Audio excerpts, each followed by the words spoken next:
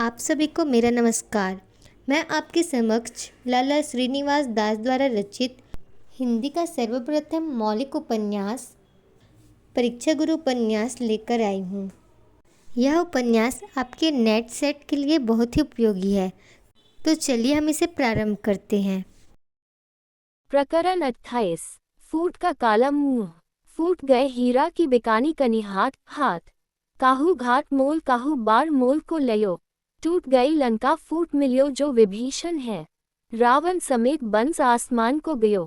कहे कविगम दुर्योधन सो छत्र सारी। तनक की फूटी ते गुमान वाको न गयो। फूटी ते नर उठ जात बाजी चौपर की। आपस के फूटे कहू कौन को भलो भयो। गंग। थोड़ी देर पीछे मुंशी चुन्नीलाल आ पहुंचा, परंतु चेहरे का रंग उड़ रहा था।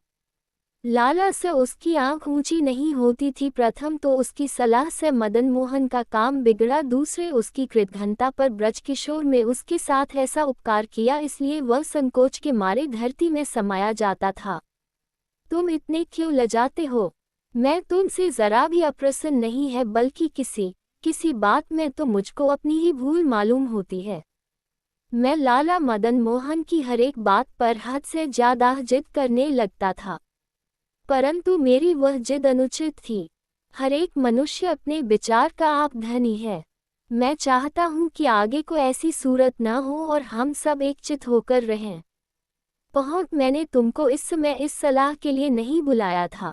इस विषय में तो जब तुम्हारी तरफ से चाहना मालूम होगी देखा जाएगा। लाला ब्रजकिशोर कहने लगे, इस समय तो मुझको तुमसे हीरालाल को नौकरी बाबत सलाह करनी है। ये बहुत दिन से खाली है। मुझको अपने यहाँ इस समय एक मुहर्री की जरूरत मालूम होती है। तुम कहो तो इन्हें रख लूँ। इसमें मुझसे क्या पूछते हैं? इसके आप मालिक हैं। मुंशी चुन्नीलाल कहने लगा, मेरी तो इतनी ही प्रार्थना है कि आप मेरी मूर्खता पर दृष्टि न करें, अपने बड़प्पन का विचार रखें। पहली बातों के याद करने से मुझको अत्यंत लज्जा आती है।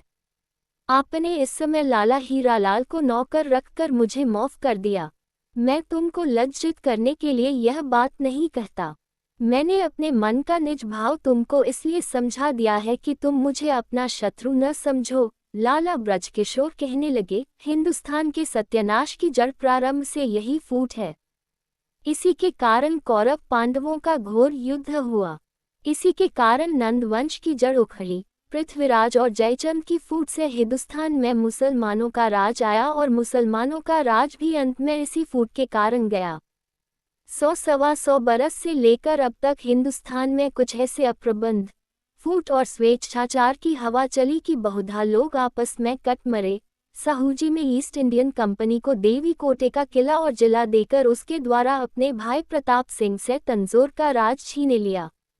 बंगाल के सूबेदार सिराजुद्दौला से अधिकार छीनने के लिए उसके बख्शी मीर जाफर और दीवान राय दुर्लभ आदि ने कंपनी को दक्षिण कालपी तक की जमींदारी, 1 करोड़ रुपया नकद और कलकत्ते के अंग्रेजों को 50 लाख, फौज को 50 लाख और लोगों को 40 लाख अनुमान देने किए। अब मीर जाफर सूबेदार हुआ तब उससे अधिकार छीनने के लिए उसके जवाई कासमालिखा में कंपनी को बर्दवान, मेनीपुर, चटगांव के जिले 5 लाख रुपए नकद और कौंसिल वालों को 20 लाख रुपए देने किए। जब कासम अली खां सूबेदार हो गया और महसूल बाबत उसका कंपनी से बिगाड़ हुआ, तब मीर जाफर ने कंपनी को 30 लाख रुपए नक और 12,000 सवार और 12,000 पैदलों का खर्च देकर फिर अपना अधिकार जमा लिया। उधर अवध का सूबेदार सुजाउद्दौला कंपनी को 40 लाख रुपए नक और लड़ाई का खर्च देना करके उसको फौज रुहेलों पर चढ़ा ले गया। दक्खन में बालाजी राज पेशवा के मरते ही पेशवाओं के घराने में फूट पड़ी। 2 थोक हो गए। अब तक पंजाब बच रहा था। रणजीत सिंह की उन्नति होती चली जाती थी, परंतु रणजीत सिंह के मरते ही वहां फूट में ऐसे पांव फैलाए कि पहले सब झगड़ों को मात कर दिया। राजा ध्यान सिंह मंत्री और उसके बेटे हीरा सिंह आदि की स्वार्थपरता, लहना सिंह और रंजीत सिंह सिंधा वालों का छल अर्थात कुंवर शेर सिंह और राजा ध्यान सिंह के जी में एक दूसरे की तरफ से सदैव डालकर विरोध बढ़ाना और अंत में दोनों के प्राण लेना। राजकुमार खड़ग सिंह, उसका बेटा नौनिहाल सिंह, राजकुमार शेर सिंह उसका बेटा प्रताप सिंह आदि की अनसमझी से आपस में ये कटमकटा हुई कि 5 बरस के भीतर भीतर उसके वंश में सिवाय दिलीप सिंह नामी एक बालक के कोई न रहा और उसका राज भी कंपनी के राज में मिल गया। किसी ने सच कहा है, अल्पसार हूँ बहुत मिल करे बड़ो सो जोर, जो गज को बंधन करे तृण की निर्मित डोर। तारांकन इसलिए मैं आपस की फूट को सर्वथा अच्छा नहीं समझता। तुम मेरे पास से गए थे इसलिए मुझको तुम्हारे कामों पर विशेष दृष्टि रखनी पड़ती थी, परंतु अपने जी में कुछ और ही समझते रहे। खैर, इन बातों की चर्चा करने से क्या लाभ है? आप ये क्या कहते हैं? आप मेरे बड़े हैं, मैं आपका बर्ताव और तरह कैसे समझ सकता था? चुन्नीलाल कहने लगा, आपने बचपन में मेरा पालन किया, मुझको पढ़ा लिखा कर आदमी बनाया, इससे बढ़कर कोई क्या उपकार करेगा? मैं अच्छी तरह जानता हूँ कि आपने मुझसे जो कुछ भला बुरा कहा मेरी भलाई के लिए कहा। क्या मैं इतना भी नहीं जानता कि दंगा करने से माँ अपने बालक को मारती है, दूसरे से कुछ नहीं कहती? यदि आपको हमारे प्रतिपालन की चिंता मन से न होती तो ऐसे कठिन समय में लाला हीरालाल को घर से बुलाकर क्यों नौकर रखते? भाई, अब तो तुमने वही खुशामद की लच्छेदार बातें छेड़ दी, लाला ब्रजकिशोर ने हंसकर कहा। आपके जी में मेरी तरफ का संदेह हो रहा है, इससे आपको ऐसा ही भयासता होगा। परंतु इसमें से कौन सी बात आपको खुशामद की मालूम हुई? मनुस्मृति में कहा है, आकृति, चेष्टा, भाव, गति, वचन, रीति, अनुमान, न्यान, मुख, कांति, लख, मन की रुचि ओ पहचान। लाला ब्रजकिशोर कहने लगे, तुम कहते हो कि आपने जो कुछ भला बुरा कहा मेरी भलाई के लिए कहा, परंतु उस समय तुम ये सर्वथा नहीं समझते थे।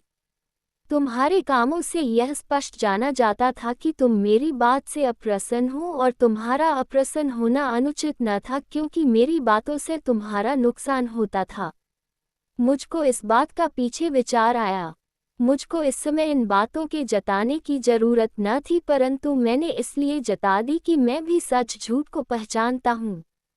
सच्चाई बिना मुझसे सफाई न होगी। आपकी मेरी सफाई क्या?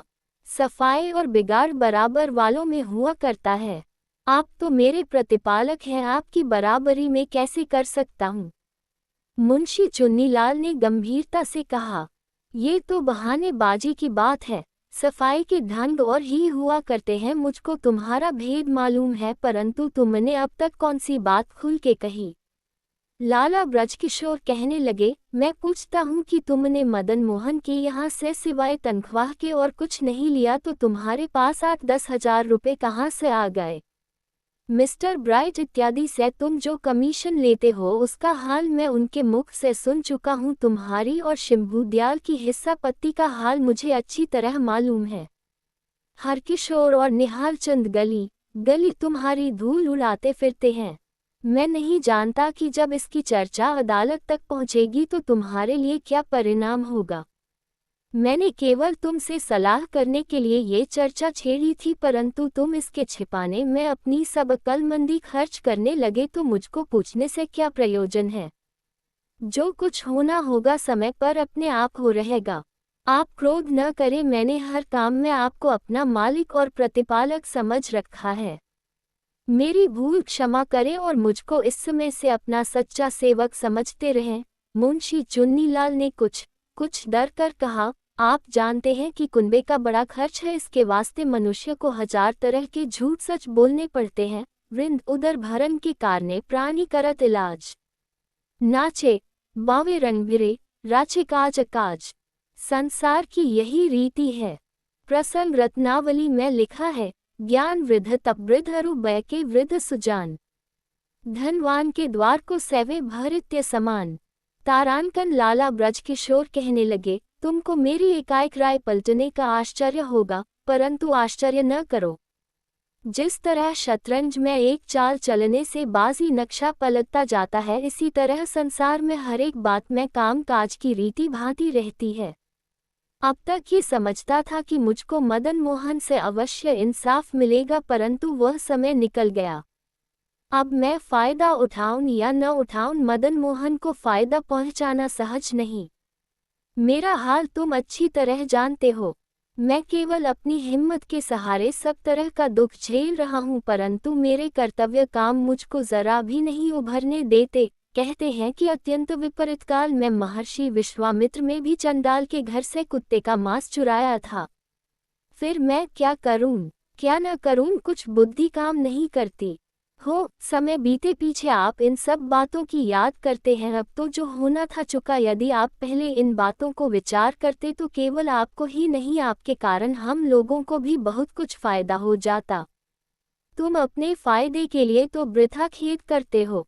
लाला ब्रजकिशोर ने हंसकर जवाब दिया, अलबत्ता मैं मदन मोहन से साफ जवाब पाए बिना कुछ नहीं कर सकता था, क्योंकि मुझको प्रतिज्ञा भंग करना मंजूर न था। क्या तुमको मेरी तरफ से अब तक कुछ संदेह है? जी नहीं, आपकी तरफ का तो मुझको कुछ संदेह नहीं है, परंतु इतना ही विचार है कि खल में से तेल आप किस तरह निकालेंगे। मुंशी चुन्नीलाल ने जी में संदेह करके कहा, इसकी चिंता नहीं, ऐसे काम के लिए लोग ये समय बहुत अच्छा समझते। बहुत अच्छा, अब मैं जाता हूँ। परंतु मुंशी चुन्नीलाल कहते कहते रुक गया। परंतु क्या? स्पष्ट कहो। मैं जानता हूँ कि तुम्हारे मन का संदेह अब तक नहीं गया। तुम्हारी 1000 बार राजी हो तो तुम सफाई करो, नहीं तो न करो, अभी कुछ नहीं बिगड़ा। मेरा कौन सा काम अटक रहा है? तुम अपना नफा नुकसान आप समझ सकते हो। आप अप्रसन्न न हो, मुझको आप पर पूरा भरोसा है। मैं इस कठिन समय में केवल आप पर अपने निस्तर का आधार समझता हूँ।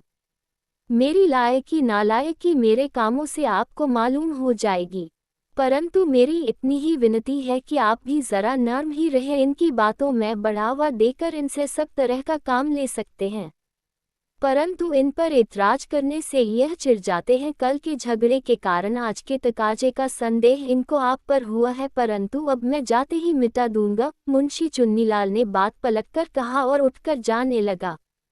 तुम क्या चाहोगे तो सफाई होनी कौन कठिन है।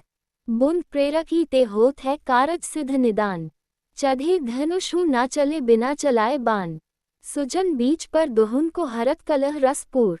करत देहरी दीप जो घर आंगन तम दूर। दो ये कहकर लाला ब्रजकिशोर ने चुन्नीलाल को रुखसत किया। चुन्नीलाल के चित्त पर ब्रजकिशोर की कहन हीरालाल की नौकरी से बड़ा असर हुआ था, परंतु अब तक ब्रजकिशोर की तरफ से उसका मन पूरा साफ न था। यह बातें ब्रजकिशोर के स्वभाव से इतनी उल्टी थीं कि ब्रजकिशोर के इतने समझाने पर भी चुन्नीलाल का मन न भरा। वह सदैव के झूले में झोंटे खा रहा था और बड़ा विचार करके उसने ये युक्ति सोची थी कि कुछ दिन दोनों को दम में रखूं। ब्रजकिशोर को मदन मोहन की सफाई की उम्मीद पर ललचाता रहूं और इस काम की कठिनाई दिखाकर अपना उपकार जताता रहूं। मदन मोहन को अदालत के मुकदमों में ब्रजकिशोर से मदद लेने पढ़ाऊं, पर बेपरवाही जताने के बहाने से दोनों में परस्पर काम की बात खुलकर न होने दूं, जिसमें दोनों का मिलाप होता रहे। उनके चित्त को धैर्य मिलने के लिए सफाई के आसार, शिष्टाचार की बातें दिन दिन बढ़ती जाए, परंतु चित्त की सफाई न होने पाए और दोनों की कुंजी मेरे हाथ रहे। ब्रजकिशोर चुन्नीलाल की मुखचर्या से उसके मन की धुकड़ पहचानता था, इसीलिए उसने जीती बार हीरालाल के भेजने की ताकीद कर दी थी। वह जानता था कि हीरालाल बेरोजगारी से तंग है। वह अपने स्वार्थ से चुन्नीलाल को सच्ची सफाई के लिए विवश करेगा और उसकी जिद के आगे चुन्नीलाल की कुछ न चलेगी। निदान ऐसा ही हुआ। हीरालाल ने ब्रजकिशोर की सावधानी दिखाकर चुन्नीलाल को बनावट के विचार से अलग रखा। ब्रजकिशोर की प्रामाणिकता दिखाकर उसे ब्रजकिशोर से सफाई रखने के वास्ते पक्का दिया। मदन मोहन के काम बिगड़ने की सूरत बताकर आगे को ब्रजकिशोर का ठिकाना बनाने की सलाह दी और समझाकर कहा कि एक ठिकाने पर बैठे हुए 10 ठिकाने हाथ आ सकते हैं। जैसे एक दिया जलता हो तो उसके 10 दिए जल सकते हैं, परंतु जब ये ठिकाना जाता रहेगा तो कहीं ठिकाना न लगेगा। अदालत में मदन मोहन पर नालिश होने से चुन्नीलाल भेद खुलने का भय दिखाया और अंत में ब्रजकिशोर से चुन्नीलाल ने सच्ची सफाई न की तो हीरालाल की चोरी साबित करने की धमकी दी और इन बातों से परवश होकर चुन्नीलाल को ब्रजकिशोर से मन की सफाई करने के लिए दृढ़ प्रतिज्ञा करनी पड़ी। परंतु आज ब्रज किशोर की वह सफाई और सच्चाई कहाँ है? हर किशोर का कहना इससे क्या झूठ है? इसके आचरण से इसको धर्मात्मा कौन बता सकता है? और जब ऐसे खरतल मनुष्य का अंत में ये भेद खुला तो संसार में धर्मात्मा किसको कह सकते हैं? काम, क्रोध, लोभ, मोह का बेग कौन रोक सकता है?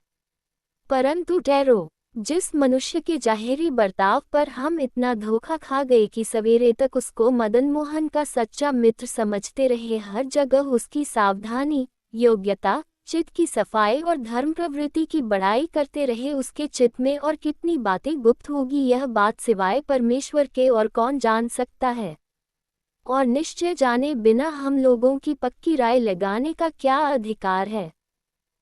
धन्यवाद। आगे के प्रकरणों के लिए मेरे द्वारा बनाए गए YouTube चैनल हिंदी की दुनिया के माध्यम से देख व सुन सकते हैं।